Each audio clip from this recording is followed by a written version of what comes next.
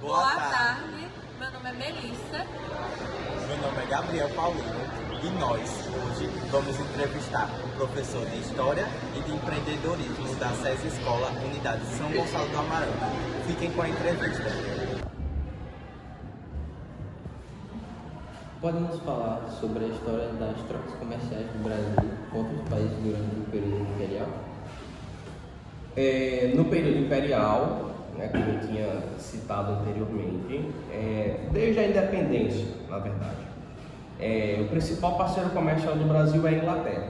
Se a gente remontar a história da nossa independência, se a gente remontar ao período em que o Brasil se torna a sede do Reino Unido, de Portugal, Brasil e Algarves, e se a gente retomar, se a gente voltar um pouquinho antes, a vinda da família real portuguesa, em todos esses acontecimentos a Inglaterra estará presente. Então, existe um evento que se torna famoso na nossa história, a abertura dos portos às nações amigas. A abertura dos portos às nações amigas, a gente pode converter nações amigas à abertura dos portos à Inglaterra.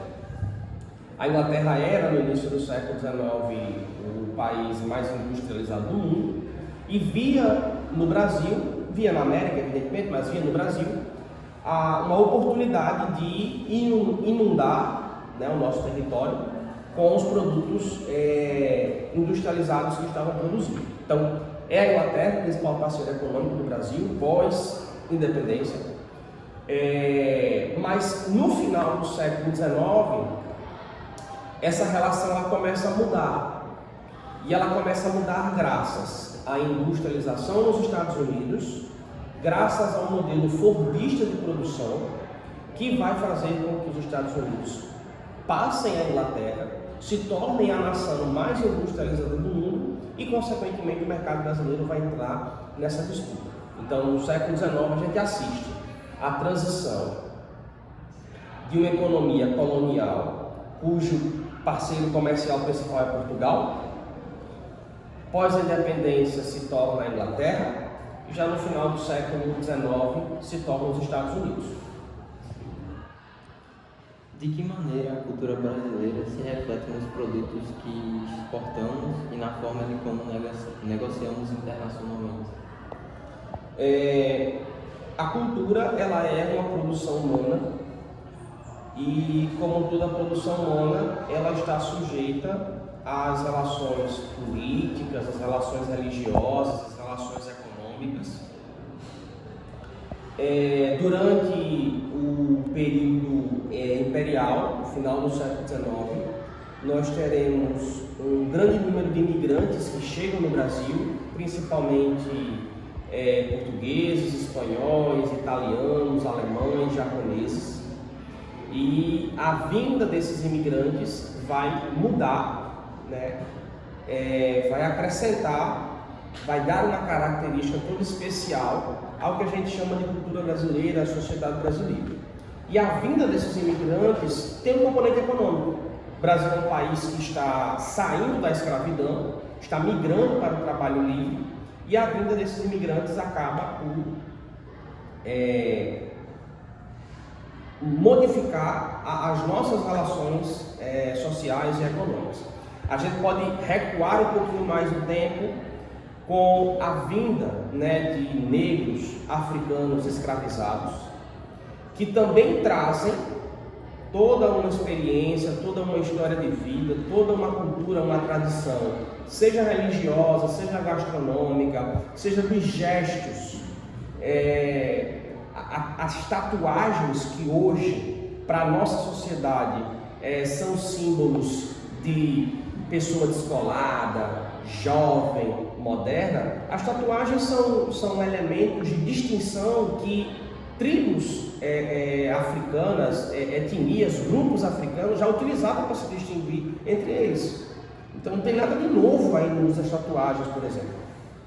Os cabelos, os penteados, também são uma tradição africana. Cada etnia, cada povo utilizava um determinado penteado para se distinguir entre os grupos. E a gente poderia ficar aqui horas e horas falando sobre gastronomia, sobre o nosso próprio vocabulário, várias palavras em língua portuguesa que começam, por exemplo, com a palavra amendoim, alface, são palavras de origem árabe. Como também, por exemplo, palavras como sutiã, como outros termos que são de origem francesa. Nós estamos no Rio Grande do Norte, apesar de estarmos fazendo essa entrevista em São Gonçalo, mas vizinho aqui a nós, a cidade de Natal, Natal que foi palco da Segunda Guerra Mundial, Natal que sofreu uma enorme influência dos Estados Unidos e dos estadunidenses. Nós incorporamos uma série de termos, palavras, expressões que são de origem estadunidense, de origem anglo-saxã, que não fazem parte do nosso vocabulário original, que é o português. É muito comum ouvir a expressão boizinho, boizinha, que na verdade é uma mistura de um termo em inglês, boy, com um radical em português, que é o diminutivo nesse caso.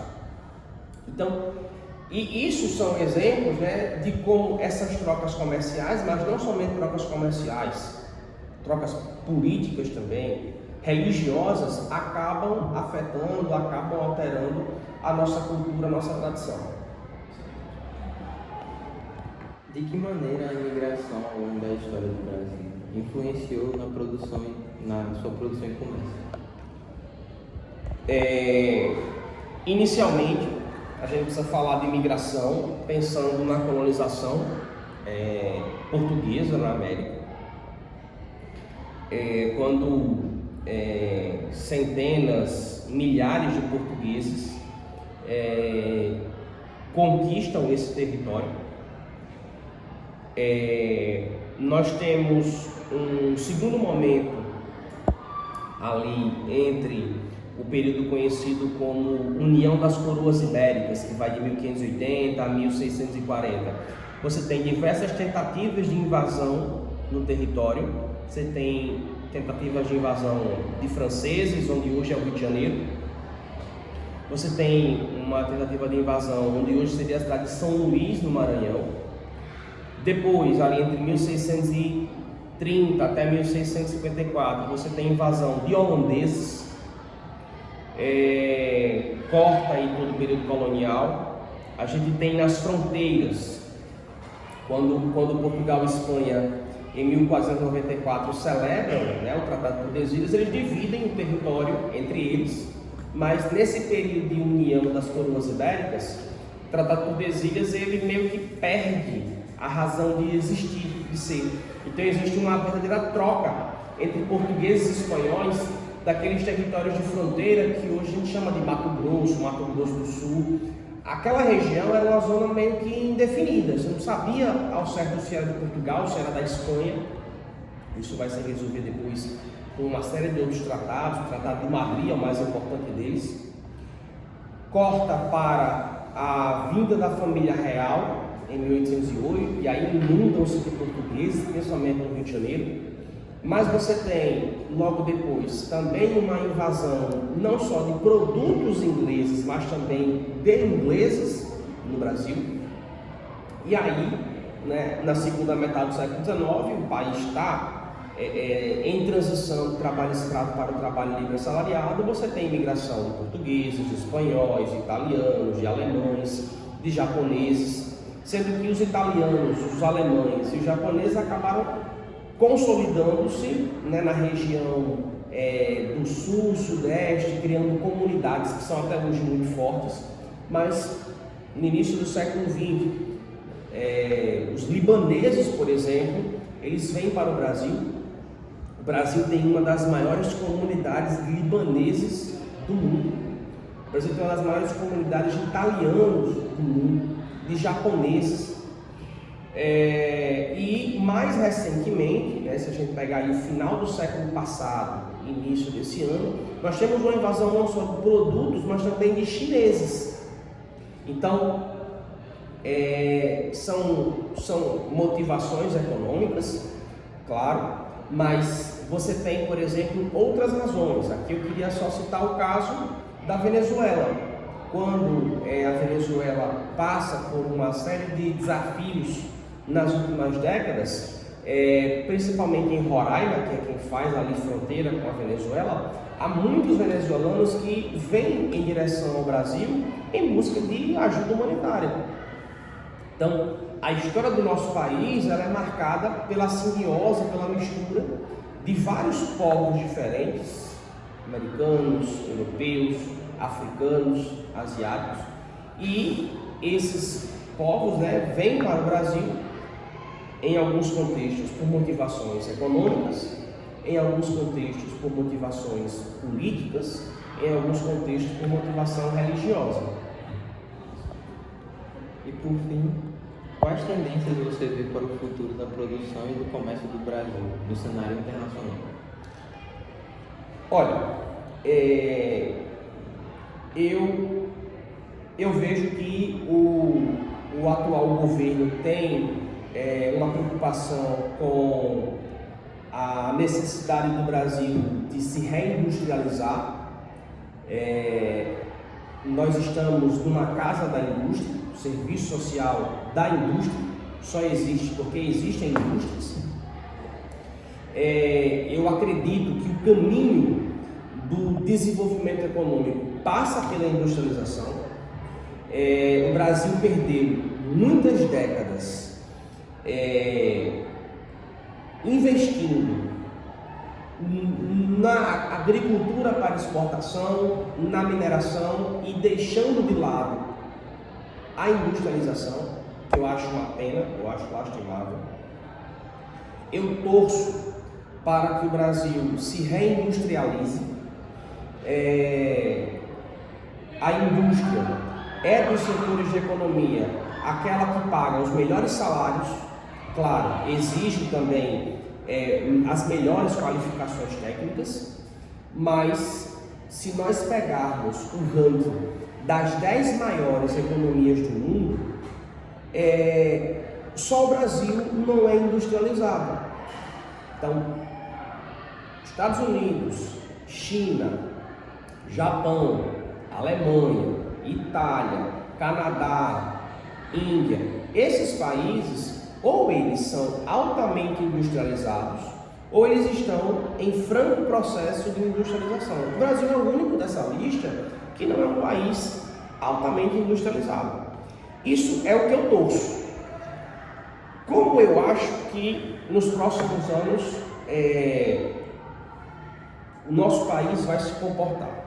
Aí eu percebo que, pela própria força do agro, o Brasil deve continuar por ainda algumas décadas sendo um país que exporta commodities agrícolas.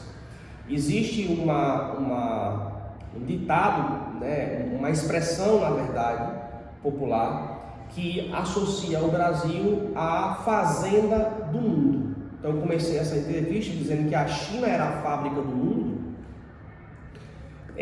O Brasil é pensado, associado como se fosse a fazenda do mundo. Alguns chamam de celeiro do mundo, mas sempre essa associação à atividade agrícola. E eu acho que assim, apesar de termos muitas terras agricultáveis, termos um solo de boa qualidade, termos um clima de boa qualidade, adequado para a produção, mas eu acho que o nosso caminho deveria ser o da indústria e não o da agricultura. Mas aí é só uma opinião pessoal. Acho que até pelo papel que o agro tem na nossa balança comercial, nas receitas que gera para o Estado brasileiro, deve continuar sendo ainda a principal atividade econômica do Brasil. Muito obrigado, professor, pelo seu tempo.